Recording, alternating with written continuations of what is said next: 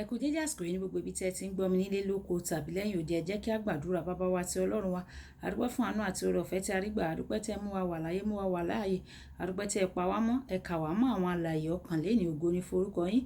Ọ̀rọ̀ náà tí a gbọ́ lénìí tó bá gbé tí ọ̀tún wa wọlé, kó má ṣe gba tòsì jáde o. Àti wípé èní Ọjọ́bọ̀, ire ayọ̀, ìbùkún, àṣeyọrí, ìtẹ̀síwájú, àlùyọ kí ó bọ̀ wá fún wa ní orúkọ Jésù. Nítorí tí a gbàdúrà lórúkọ Jésù Olúwa wa. Àmín. Àmín ní orúkọ Jésù. Ìwé ọ̀run ṣíṣí tí a ti ọwọ́ olùṣọ́ àgùntàn Enoch Adeboye kọ. Èní Ọjọ́bọ̀ ọjọ́ kẹẹ̀ẹ́dógún oṣù kẹfà. Èní Ọjọ́bọ̀ ọjọ́ kẹẹ̀ẹ́dógún oṣù kẹfà. Àkòrí tí a ó gbéyẹ̀wò sọ wípé ka ohun tí ẹ̀mí sí. Ka ohun tí ẹ̀mí sí. Nígbà tí a ó mú àkọ́sórí wa nínú ìwé Róòmù orí ìkẹjọ ẹsẹ̀ ìkẹfà. Ìwé Róòmù orí ìkẹjọ ẹsẹ̀ ìkẹfà tí ó kà báyìí pé nítorí èrò ti ara ikú ni, ṣùgbọ́n èrò ti ẹ̀mí ni ìyè àti àlàáfíà. Nígbà tí a ó mú Bíbélì kíkà wa nínú ìwé Kíróníkù kejì orí ìkẹrìndínlógún ẹsẹ̀ ìkíní títí dé ẹsẹ̀ ìkẹrìnlá. Ìwé Kíróníkù kejì orí ìkẹrìndínlógún ẹsẹ̀ ìkíní títí dé ẹsẹ̀ ìkẹrìnlá tí ó kà báyìí pé ní ọdún kẹrìndínlógójì ìjọba Báṣà ọba Ísírẹ́lì gòkè wá sí Júdà.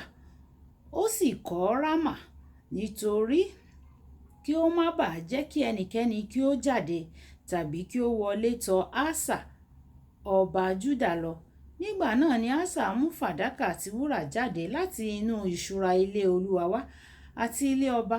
Ó sì ránṣẹ́ sí Beni-Haddi ọba Síríà tí ń gbé Damasku wípé májẹ̀mú kan wà láàrin tèmi tìrẹ, bí ó ti wà láàrin bàbá mi àti bàbá rẹ. Kíyèsí, mo fi fàdákà àti wúrà ránṣẹ́ sí ọ. Lọ bá májẹ̀mú tí o bá Báṣà ọba Ísírẹ́lì dájẹ́ o, kí o lè lọ kúrò lọ́dọ̀ mi. Beni-Haddi sì gbọ́ ti Ásà ọba. Ó sì rán àwọn olórí ogun rẹ̀ sí ìlú Ísírẹ́lì wọ́n sì kọlu Ijoni àti Dani àti Abeli Maimu àti gbogbo ìlú ìṣúra Naftali. Ó sì ṣe nígbà tí Báṣà gbọ́, ó ṣíwọ́ àti kọ́ Rámà, ó sì dá iṣẹ́ rẹ̀ dúró. Ṣùgbọ́n Ásà ọba kó gbogbo Júdà jọ, wọ́n sì kó òkúta àti igi Rámà lọ, èyí tí Rásà fi ń kọ́ ilé. Ó sì fi kọ́ Gébà àti Muspa. Ní àkókò náà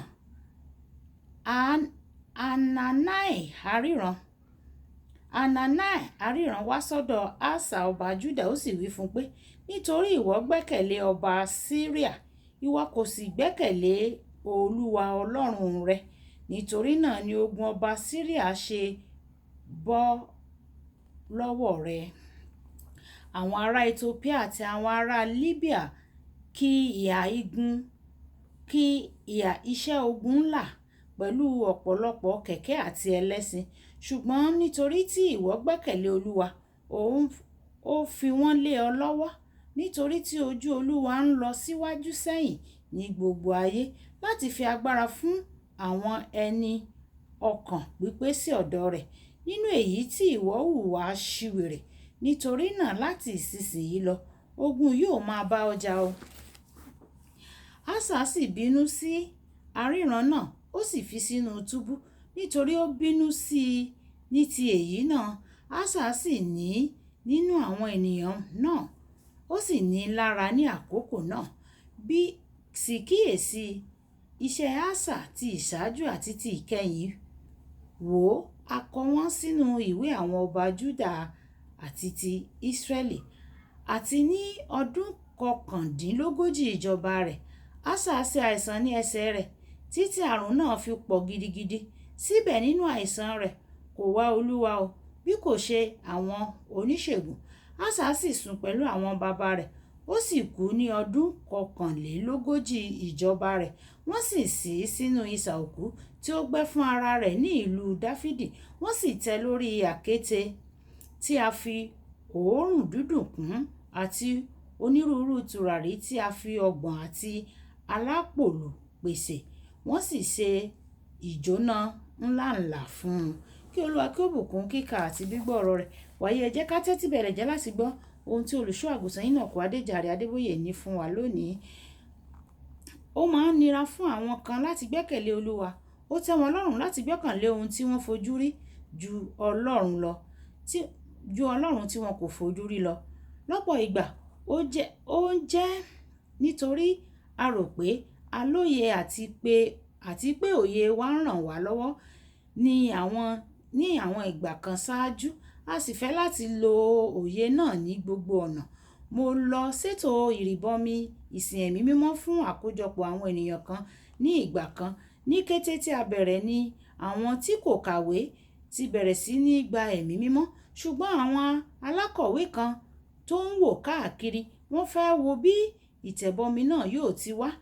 Àwọn wọ̀nyí ni à ń pè ní Tómásì oníyèméjì. Tómásì jẹ́ ẹni tó kò ní ìgbàgbọ́ àfi bí ó bá fojú rí o. Ìwé Jòhánù orí 20 ẹsẹ̀ 21 sọ pé Jésù wí fún un pé nítorí ìwọ rí mi ni ìwọ ṣe gbàgbọ́. Alábùkún ni àwọn tí kò rí mi tí wọ́n sì gbàgbọ́.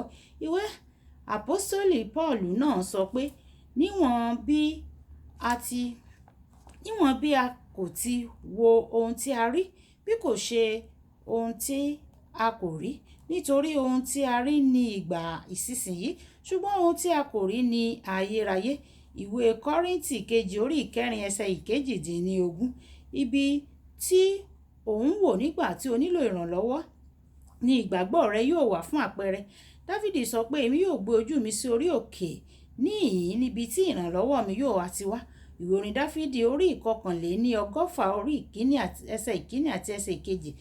Tí o bá wo ènìyàn, inú ènìyàn ni ìgbàgbọ́ rẹ yóò wà. Tí o bá ń wo owó rẹ, níbi tí ìgbàgbọ́ rẹ yóò wà nìyẹn o. Ọlọ́run lè lo èyíkéyìí láti bá àìní rẹ pàdé ṣùgbọ́n o gbọ́dọ̀ wo Ọlọ́run àti Ọlọ́run nìkan. Inú Ọlọ́run kò dùn bí o bá ní ìgbàgbọ́ nínú ohun mìíràn tàbí ẹlòmíràn yàtọ̀ sí òun. Ìwé Hébérù orí 11 ẹsẹ̀ 6 sọ pé láìsí ìgbàgbọ́ kò ṣeé ṣe láti wo Ọlọ́run títí di ìgbà tí o bá gbé ojú kúrò lára ohun ti ara tí o sì tẹjú mọ́ ohun ti ẹ̀mí. Àwọn ohun kan kò lè tẹ̀ ẹ́ lọ́wọ́ o. Níbi Bíbélì kíkà wa ti òní, ó nira fún ọba Ásà láti wo Ọlọ́run fún ìwòsàn rẹ̀ kódà nígbà tí àwọn olùwòsàn rẹ̀ tilẹ̀ jákulẹ̀. Èyí jẹ́ àjàgà èṣù tí a gbọ́dọ̀ fọ́. Tí o bá ń ka Bíbélì rẹ tí o sì ń gbàdúrà láìsinmi tí o sì ń darapọ̀ mọ́ àwọn onígbàgbọ́ mìíràn, wà á bẹ̀rẹ̀ sí rí ohun ẹ̀mí bí ó ti ń darí ti ara.